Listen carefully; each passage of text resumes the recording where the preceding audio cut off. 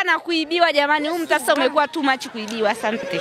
Naitwa Mama Irene wa Irangau. Tumechoka na ujambazi wa mtaani. Ili tukio limeanza kuanzia asubuhi, mmoja ameshakuwa soriski, huyu wa pili na tunatakuwa amaliziwe kwa sababu tumechoka. Afe.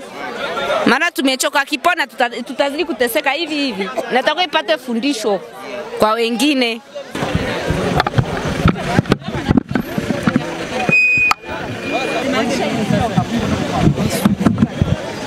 Wakaingia jirani bila kufunga kwa alichomwa kaiba kila kitu. Na wale soma na leo kwa hiyo gari.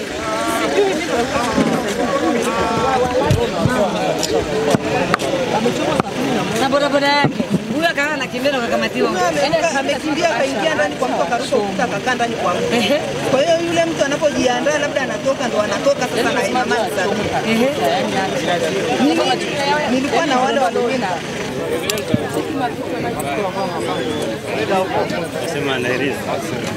Tisa nikasikia hatua zinapita hapo nje kwangu.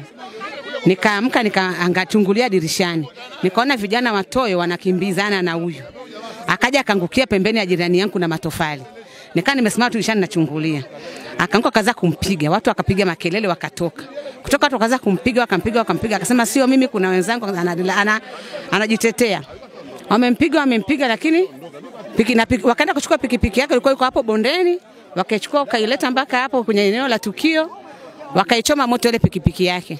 Sasa huyu jirani, huyu ndugu yangu hapa akaniambia, mama, kuna mwingine alipita kule nyuma yangu ya ukuta amekimbia. Basi tumaliza tukio tukaingia ndani, matisari wakaja wakamchukua ule mwizi, wakasema tutairudia pikipiki. Sisi tukaingia ndani tukaacha pikipiki, wakaja wakaibeba pikipiki. Baadaye niko ndani, jirani ananiambia, mama, kuna mwizi mwingine ule nilikwambia jana karuka, yuko huku. Nikamwambia mimi sijaondoka, niko huku ndani, wewe piga makelele. Ndio piga makelele, jirani yake mwingine akashampigia simu akawa amekuja, ndo akawa ndo mimi nimesikia ni huyo. Mwingine wako wawili, huyu ni wa pili. Matukio nasikia kuna matukio kama haya mengi, lakini kwa sijashuhudia. Leo ndio nimeshuhudia. Ndio maana yake mwenyewe pia wakati sangine narudi usiku na kutana na toa za ajabu sana. Hata juzi mimi nirudi usiku kukutana na toa ambayo kama inakuja nyuma yetu, baadaye kai mezima hata ikabadilisha njia. Mimi nikaa nimeshafika nyumbani. Huyu wakati wa kupigwa mimi niko kule. Wa kwanza walipigwa amepigwa sana. Sasa akataka kuchomwa moto. Kuna watu ambao wana roho ya kibinadamu wakaja wakasema tusimchome. Kwa hiyo pikipiki yake imechomwa moto, yeye akawa imewekwa pembeni. Sasa huyu wakati wa kupigwa mimi wakati anakimbizwa mimi nimebaki kule nyumbani, ndo nimekuja kumuona hapa.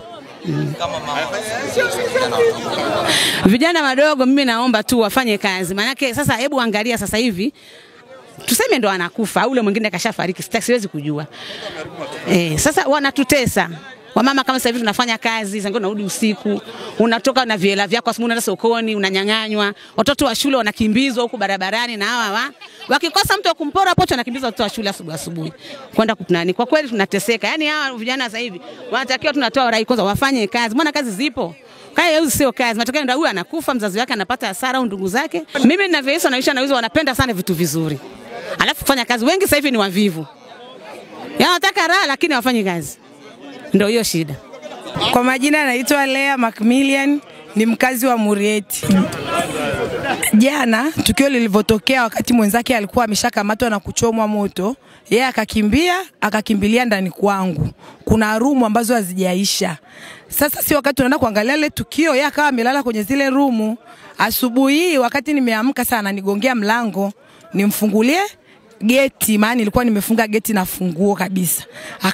Kugonga nikafungua. Wewe nani? Akaniambia Mazaa, samahani, jana ukusikia waizi? Nikamwambia mimi sikusikia.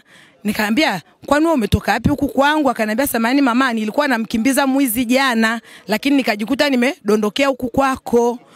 Nikamwambia hapana, mbona wewe ni mmoja wa wale waizi, maana walikuwa wako wawili? Unaona? Nikamnyanyua nguo yake, hiyo koti alikuwa amevaa makoti yanafanana. Kumnyanyua koti kavaa bulletproof ndani. Nikamwambia wewe sio mwizi? Akanambia Mazaa mimi sio mwizi. Nikamwambia basi kama wewe sio mwizi, subiri hapo nikuitie nini? Balozi, ili utoke kwa usalama. Umeingiaje kwangu sasa, utatokaje pasipo balozi? Ndo ghafla akatuponyoka akaruka tena ukuta. Mlimpiga labda wakati tunamhoji hatukumpigia kabisa. Kama mwenyewe ukuta anakimbia sasa. Baada ya kumuuliza wewe sio kati ya wale waizi wa jana? Na nikamwambia mwenzako ameshakufa jana alichomwa moto kwa akashtuka. Ndo kutoka tena kuruka tena ukuta. Kwa hiyo ndo raia wakamkimbiza mwizi. Kweli nimesikitika sana kwa hili tukio. Ni watoto wetu tumewazaa. Kwa kweli tunaumia wamama, watoto wa kike wamekuwa waizi, watoto wa kiume wamekuwa waizi. Mungu wa rehemu, Mungu wa nusuru. Tunaomba toba kama kuna mali tulipokosea. Mungu uwarehemu, uwabadilishe wa vijana, wamjue Mungu, waache kuiba, waache uovu. Kwa kweli mimi nimeumia sana. Nimeumia na hili tukio.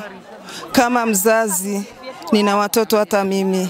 Siwezi nikajua watoto wangu watakosa wapi. Ninaomba rehema juu ya hao watoto. Ninatubu juu ya hao watoto. Mungu wa rehemu, Mungu wasamehe.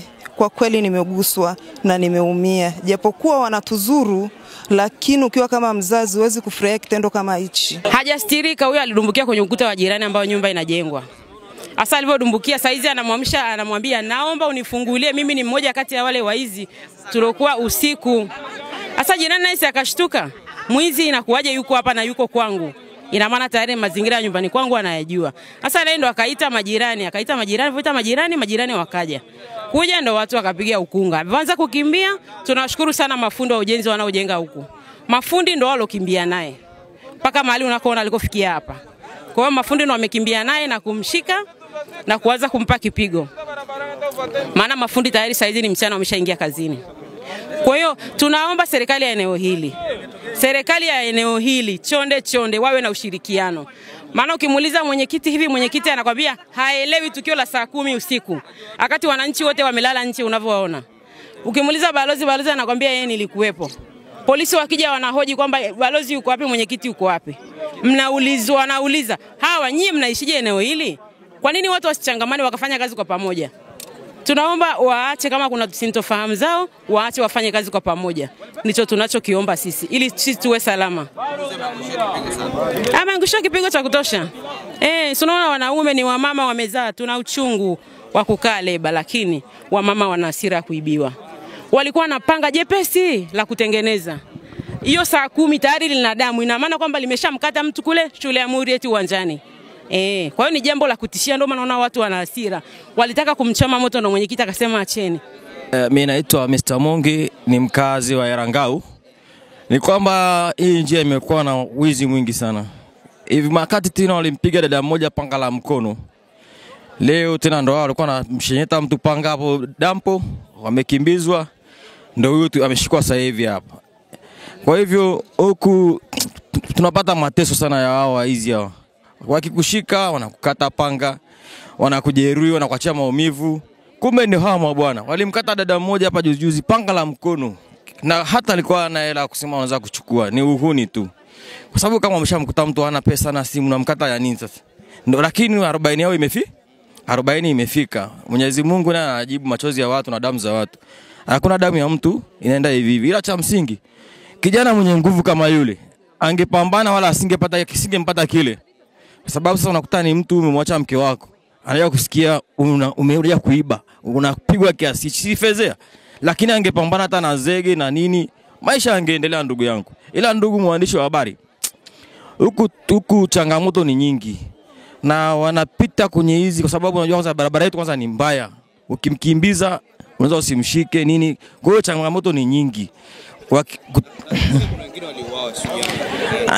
Asubuhi hiyo nasikia kuna mmoja amepigwa mtaa kati hapo. Ndio hivyo hatujui kama yupo ameshaondoka, ila pikipiki imepigwa kibiriti. Sasa kama mtu na pikipiki namba E bado unaenda kuiba, kwa nini usifanye kazi ukapata kipato? Si kinachoendelea hapa tunakiona na mwandishi. Tunachokiona pale ndio hicho, ndio dozi yake anayambulia pale. Kwa kweli huyu labda askari wakifika nza akapona kwa sababu anaonekana irizi huyu. Kipigo alichopata check unaona? Sio mtu wa kawaida yule. Kwa hiyo hatujui. Lakini kwa kweli hali ni mbaya. Ushauri wangu kwa vijana wajitume, wafanye kazi kwa bidii, waache na mambo ya kukopoa vitu vya watu. Hiyo sio issue kabisa yani. kweli maisha, kila mtu maisha ni changamoto, lakini kila mtu akisema awe mwizi na kuaje. Kwa hiyo cha msingi wajitume, wapambane, kile kidogo wanachopata warizike, waache tamaa za kupata hela ndogo ndogo hizi. Tumechoka, kwa kifupi tumechoka. Mimi juzi yenyewe tukio limetokea hapo kwangu. Tena amekuja mwanamke saa 6 hivi kasoro, anaita pale dukani. Nikamwambia nikatoka. Kwanza mbwa ndio alinishtua, nikatoka. Kutoka eti ananiambia nina shida na wewe, toka nje ya geti. Nikamwambia nitoke nje ya geti kufanya nini usiku huu? Kama una shida sema, mimi nakusikia shida yako. Akasema mimi nataka utoke nje. Nikaona hapa kuna kitu. Kumbe wanawake pia wanatumiwa kama chambo. Wanawake sasa hivi wanatumiwa kama chambo kuja kugonga mageti ya watu ili ukitoka waingie ndani. Sasa hivi. Kwa hiyo kwa jamani, kwa kifupi sasa hivi kumebadilika. Kwa watoto vijana wafanye kazi, waache kuiba. Mimi naitwa Sumali Ntigili Onesmo. Nilikiana na ubalozi wa Sokoniwani. Kwa hiyo kuna tukio limetokea hapa ambalo ni vijana ambao hawana kazi, ambao wamekamatwa wakiwa wanafanya matukio ya wizi kwa kuwapola wananchi. Mimi kwa kweli nilikuwa nimetoka kidogo, kwa nikapigiwa simu kwamba kuna wezi wamekamatwa maeneo yetu. Kwa ikabidi nije mara moja kuja kushuhudia tukio hili. Kweli nimekuta tukio hili limefanyika, na nashukuru Mungu kule maskari wamekuja, kule wamekuja kuwachukua watu wenyewe.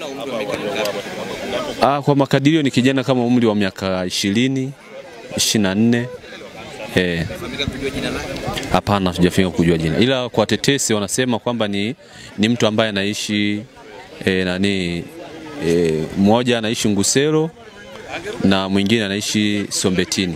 Huyu aliyepelekwa sasa hivi anavyosikia kwa mashuhuda wanavyotamka, wanasema kwamba huyu anaishi Sombetini. Ndio. Kiukweli amejeruhiwa kweli. Sehemu za kichwa, sehemu, na pia amechoma moto. Mwana, kwa hiyo ameathirika kwa kiasi kikubwa. Kusema kweli wezi umeshamiri. Tunajaribu kupambana nao kama uongozi wa mtaa, tunajaribu kupambana nao. Lakini kweli wizi umeshamiri. Kabisa wizi umeshamiri.